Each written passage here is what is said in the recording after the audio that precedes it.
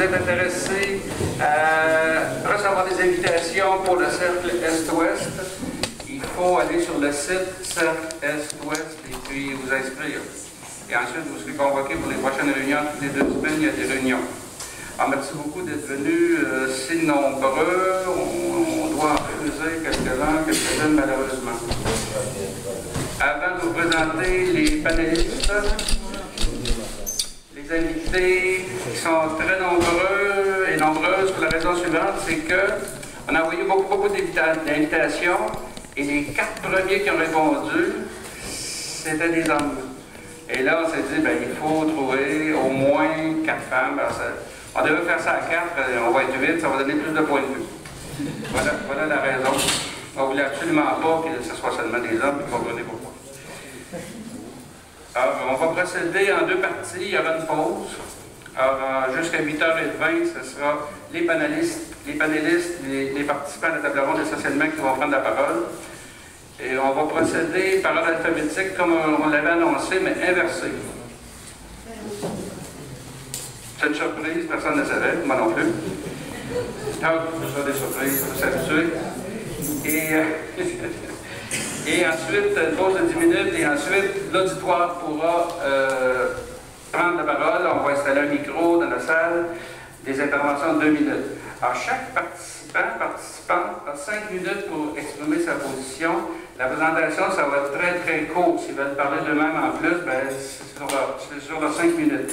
Une fois tout le monde passé, ça fait 40 minutes, là, il y a des échanges entre les participants et participantes de la table ronde, pas la salle.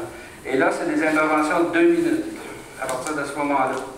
Alors, on ne recommence pas un discours de 5 minutes, là, c'est 2 minutes des interventions, des questions, des remarques sur les participants qui doivent se connaître. Il y a des listes de participants.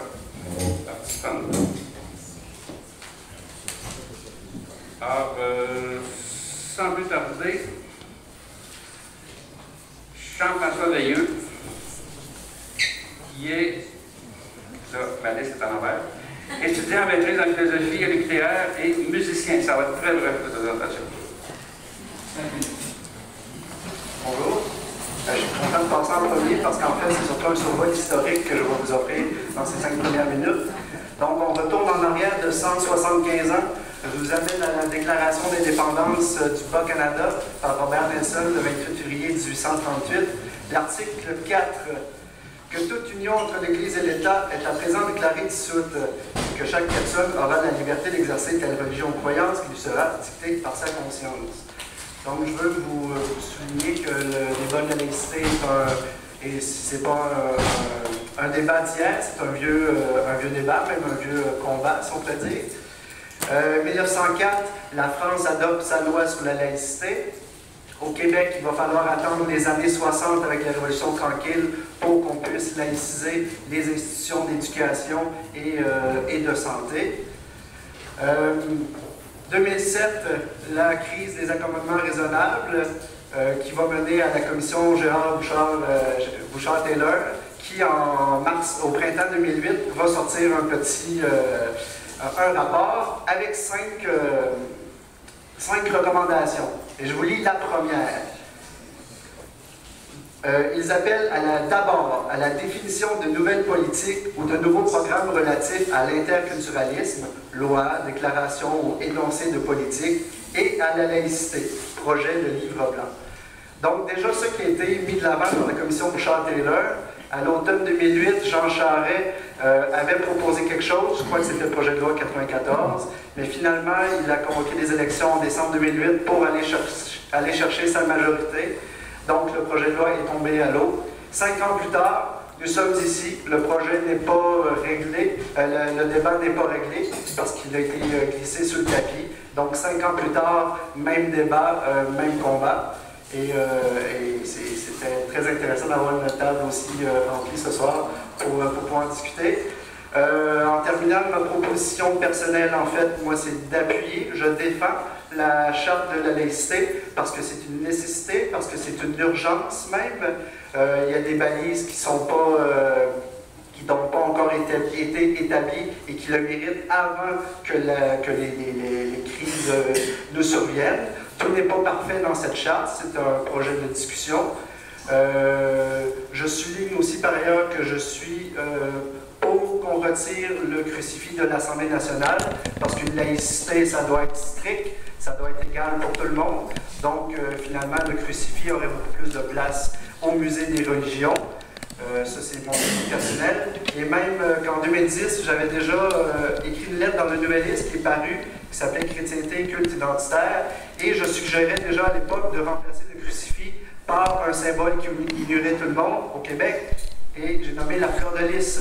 Si on doit s'unir autour de quelque chose, c'est bien ce qui fait notre socle commun d'ensemble, c'est la langue française. Merci beaucoup, M. Guy.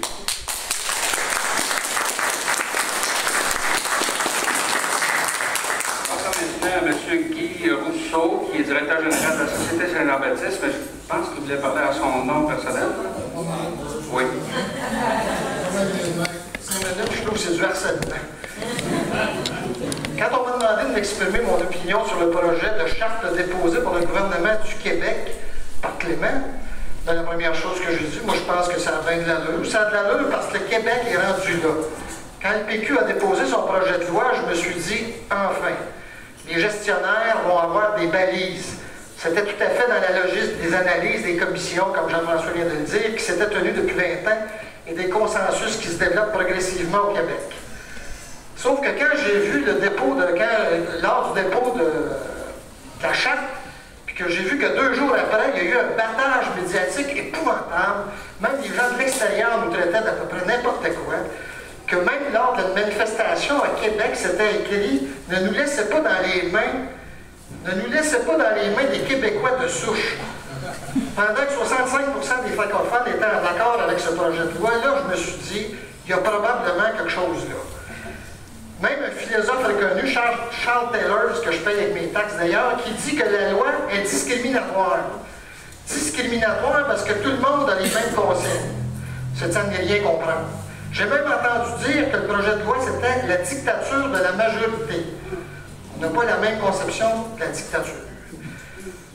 Bon, pourquoi ce projet de charte, pour moi, est important pour l'avenir du Québec? Premièrement, le Québec, c'est pas une page blanche. Je ne vous raconterai pas les 400 ans d'histoire des batailles qu'on a perdues. On les a toutes perdues.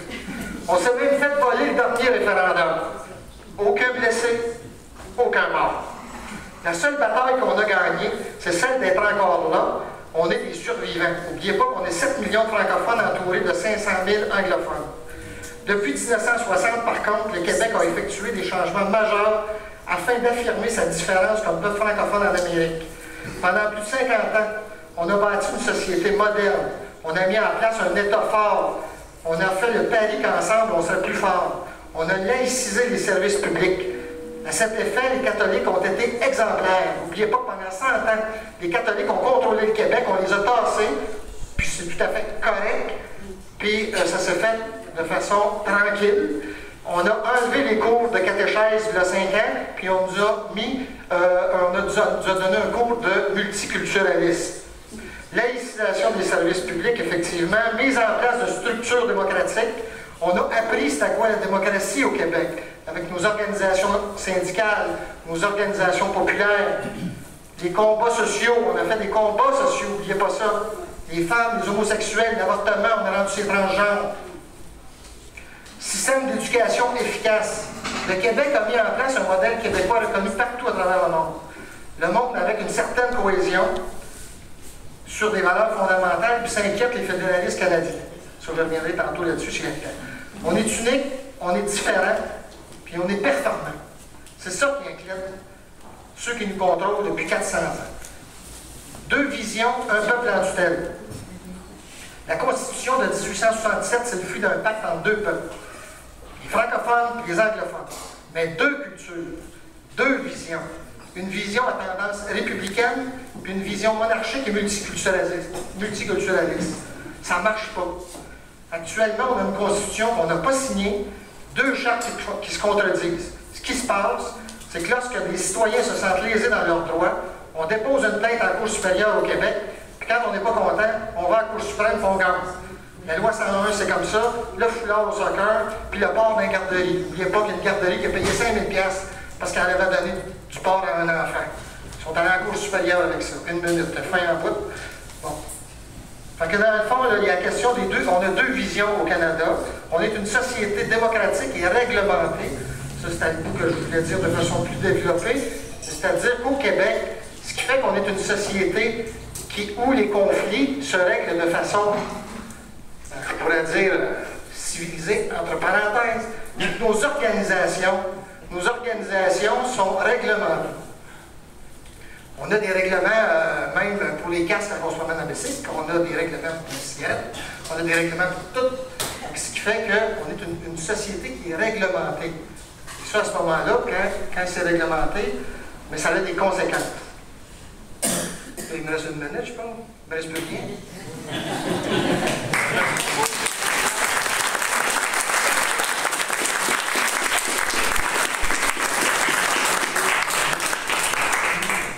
On va maintenant entendre Mme Alexia Tito du Comité Femmes de Québec solidaire, qui est doctorante en neuropsychologie. Mme Tito. Bonsoir. Bon, là, oui, je parle au nom de Québec solidaire, mais si je dis des bêtises, c'est à mon nom. Je voulais juste tout de suite le dire. Je suis contente de passer après vous, parce qu'on s'entend sur tellement de points de vue, mais le premier, je pense que le premier point de vue, je pense qu'on s'entend moins, c'est que moi, je me trouve plutôt passionnée comme société qu'une société purement de règles. Je pense que le Québec, les Québécois, ça prouve dans les dernières semaines qu'il y a beaucoup de passion dans ce qui se passe. Je voudrais commencer en disant que je pense que pour la plupart, on est d'accord avec l'idée de la laïcité au Québec. Je pense que c'est une bonne initiative c'est une bonne initiative du PQ que je pense qui mérite plus de discussion et surtout plus de nuances. Et je pense que c'est ça, ces dernières semaines, bon, ça a été un débat qui m'a tellement interpellée au début, surtout parce que je pense que c'est aussi un débat qui est un peu générationnel. En fait, je le vois comme un peu générationnel. Pour moi, la laïcité, vraiment, le joug de l'Église catholique, c'était le combat de mes parents et de mes grands-parents. C'est beaucoup moins le mien, celui de mes enfants. Je pense qu'on est un peu rendu ailleurs. Donc, au début, quand on a déposé ce projet de loi où on parlait d'une charte, je me disais, ben oui, tant mieux, mais bon.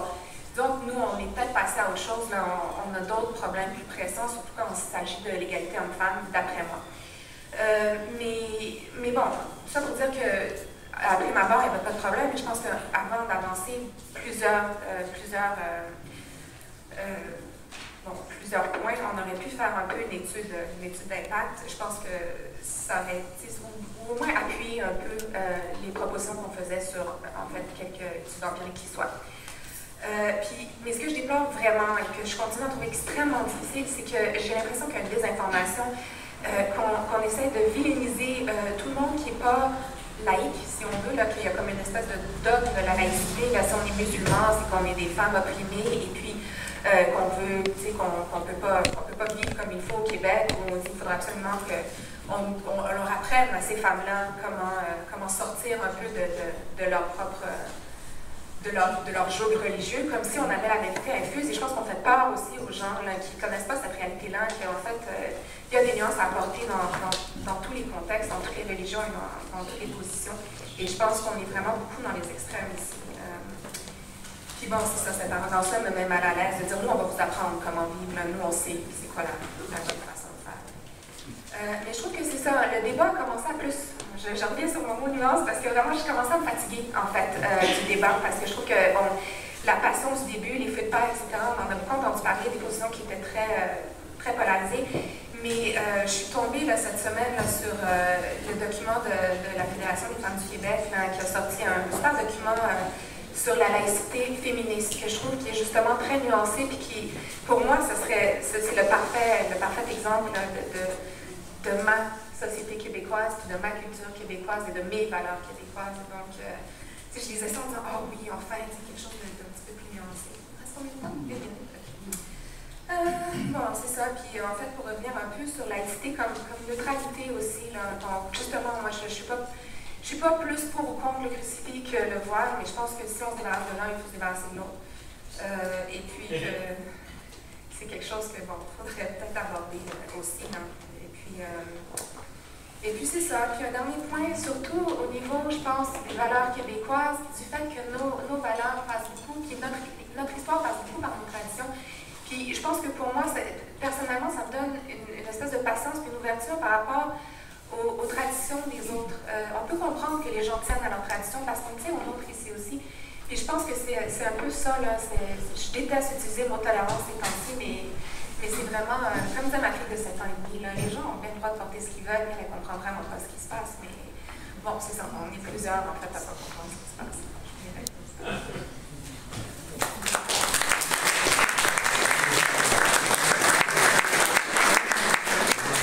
Merci, Mme Couteau.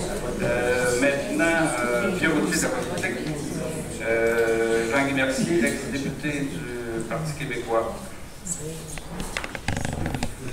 Merci. D'abord, je voudrais remercier M. Déranger, M. Payet d'avoir fait un magnifique travail que j'ai vu cet après-midi qui résume très bien la question que je vous invite à consulter si vous ne l'avez pas déjà fait. On m'a présenté comme député du Parti québécois. Il faut dire que c'était de 1976 à 1981. Alors, ça a beaucoup changé la situation du Québec et le Parti québécois lui-même. Moi, si je me suis impliqué en politique jadis, c'est parce que je suis souverainiste depuis le RIN, depuis toujours. N'eût été de la question nationale, jamais de ma vie que j'aurais fait de la politique. Je me suis senti obligé. Parce que la situation que vivaient les francophones dans les années 40, 50, 60, c'était pas facile. Je ne vais pas entrer dans les détails, c'est trop long, j'ai juste 5 minutes, je vais essayer de faire vite. Mais je me suis rendu compte au moment où j'étais député, à mesure que je réfléchissais à la situation du Québec, je me suis rendu compte que j'étais aussi un conservateur. Moi, je me sentais progressiste. J'avais l'impression que j'étais à la fine pointe du progrès, j'étais séparatiste. Mais je me suis rendu compte que j'étais conservateur. Le parti s'en est rendu compte avant que je m'en rende compte moi-même et m'a évincé. Et le Parti québécois a vécu le drame de 1981 de ce référendum perdu. Ce référendum, au RIN, on l'avait analysé de longtemps d'avance.